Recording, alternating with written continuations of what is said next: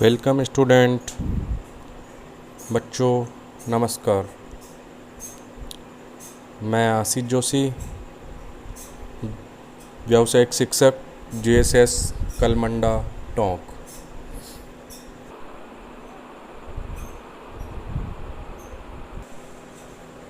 जैसा कि बच्चों आप सभी को पता है, हम अपनी इकाई 3 के सत्र 1 के जैव चिकित्सीय अपशिष्ट प्रबंधन की भूमिकाओं का अध्ययन कर रहे थे। तो हमने लास्ट वीडियो में यह जान लिया था कि जैव चिकित्सा अपशिष्ट क्या होता है, इसमें कौन कौन सी चीज़ें आती हैं, सब कुछ जान लिया था। देखो बच्चों, लास्ट वीडियो में हमसे एक आपने भी देखा होगा, हमसे एक बायोहैज़र्ड सिंबल मैंने डाला हुआ है वीडियो में, वो छूट गया था, उसके बारे में हम डिस्कस कर लेते हैं। बायोहैज़र्ड सिंबल, जिसे हम बोलते हैं जैविक परिसंकट चिन्ह, मैं इस वीडियो में भी फ्रंट में डाल रहा हूँ आप लोगों को। आपके सामने जो चिन्ह दिखाई दे रहा है, ये जैविक चिकित्सीय अपशिष्ट का चिन्ह है, जिसको हम अंग्रेज़ी में बायोहैज़र्ड सिंबल बोलते हैं एवं हिंदी में हम इसको जैविक परिसंकट चिन्ह बोलते हैं।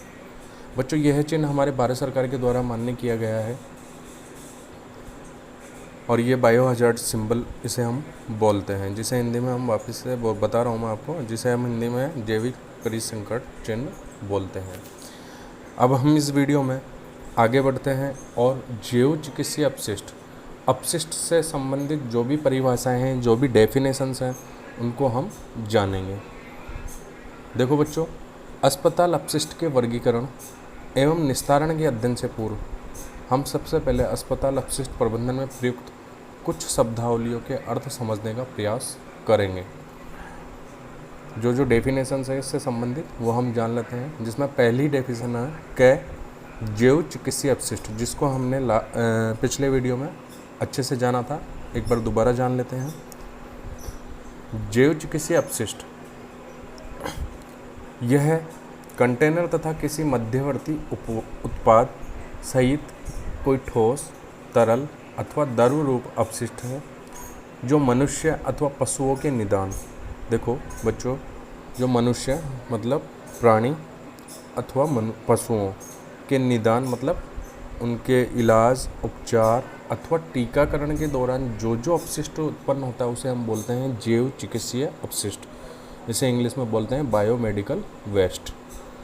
दूसरी डेफिनेशन है ख चिकित्सीय अपशिष्ट, जिसे हमने बोला हॉस्पिटलीय वेस्ट। यह स्वास्थ्य देखभाल केंद्र CHC, PHC जो हमारे हॉस्पिटल्स होते हैं ग्रामीण लेवल पे, ठीक है, प्राथमिक उप स्वास्थ्य केंद्र होते हैं, बड़े हॉस्पिटल्स होते हैं जैसे अस्पताल, क्लिनिक, फिजिशियन के कार्यालय, दंत चिकित्सा केंद्र, रक्त बैंक एवं चिकित्सा अनुसंधान केंद्र तथा पशु चिकित्सालय और क्लिनिक में उत्पन्न सभी प्रकार के अपशिष्ट होते हैं। जो भी अपशिष्ट होते हैं हॉस्पिटल से संबंधित, उसे हम बोलते हैं हॉस्पिटलीय वेस्ट। अब हॉस्पिटल से संबंधित क्या क्या अपशिष्ट होते हैं ये आप सभी लोगों को मालूम होगा। जैसे हम उपचार कराने गए, निदान करवाने गए, हॉस्पिटल में कई तरह के वेस्ट होते हैं।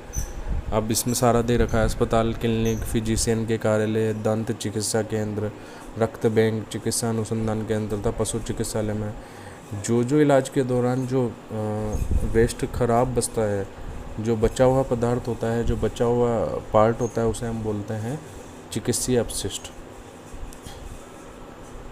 तीसरी परिभाषा है क्लिनिकल अपशिष्ट, अपन इसे इंग्लिश में बोलते हैं क्लिनिकल वेस्ट।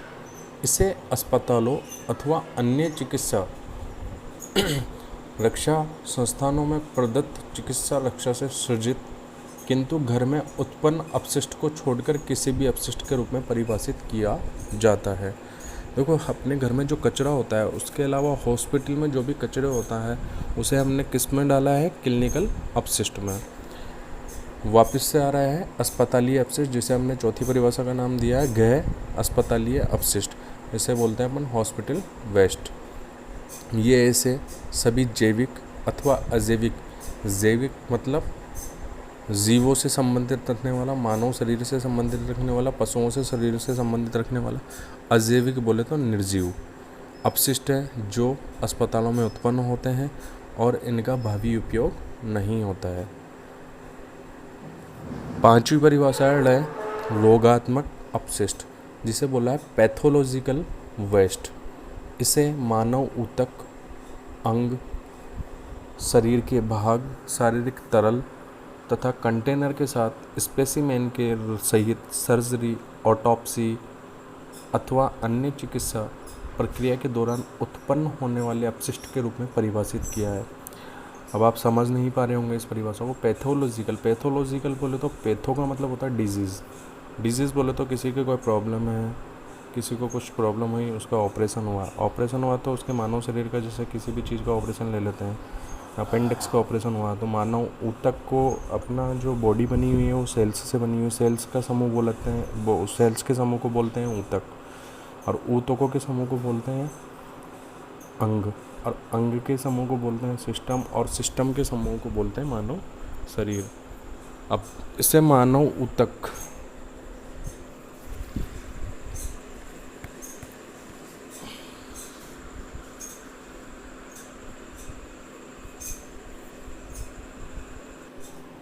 ऊतक किसी भी पार्ट्स को, बॉडी के अपेंडिक्स का मैंने बताया कि अपेंडिक्स को अपन बाहर निकालते हैं, उसका ऑपरेशन करवाते हैं, तो वो एक तरह का ऊतक है, एक अंग है, वेस्ट ऑर्गन है अपने बॉडी का, तो उसको बाहर निकालते हैं तो वो एक ऊतक वेस्ट के रूप में हो जाता है। वो मानव ऊतक हुआ, मानव के कोई ऊतक की सर्जरी हुई, अपने कटवट लग जाता है तो कोई इन्फेक्शियस ऊतक होता है, उसको निकालते हैं तो वो मानव ऊतक हुआ। अंग हुआ, शरीर का कोई सा भी भाग हुआ, शारीरिक तरल जैसे ब्लड हुआ, प्लाज्मा हुआ, तथा कंटेनर के साथ स्पेसिमेन के सहित सर्जरी, ऑटोप्सी तथा अन्य चिकित्सा प्रक्रिया के दौरान उत्पन्न वाले अपशिष्ट को अपन ने किस में दिया है?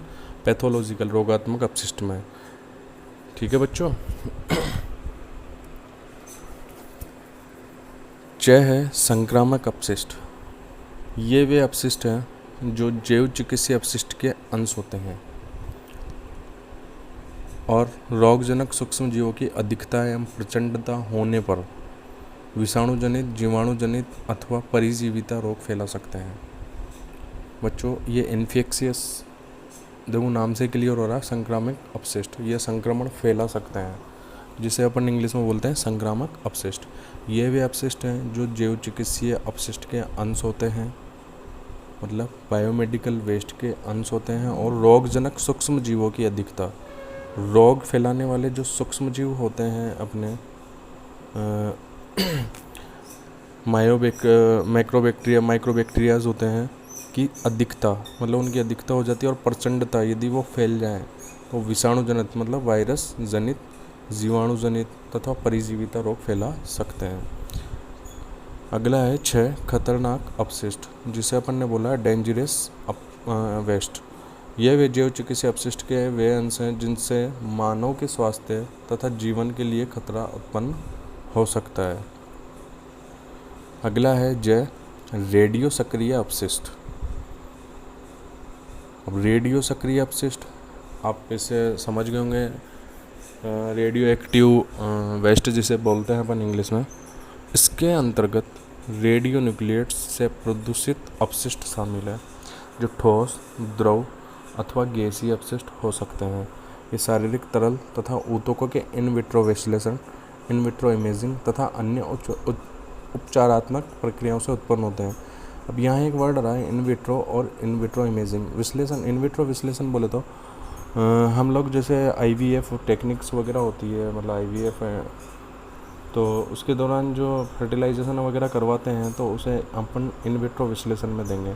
और इन विट्रो इमेजिंग जो एक्सरे, MRI, CT स्कैन वगैरह होते हैं, इन वजह से जो शरीर के अंदर कोई इन्फेक्शन वगैरह हो जाता है तो वो अपन एक तरह से इसको, उसकी वजह से हो सकता है, किसी भी ऊतक या किसी भी सेल्स को डैमेज कर सकते हैं।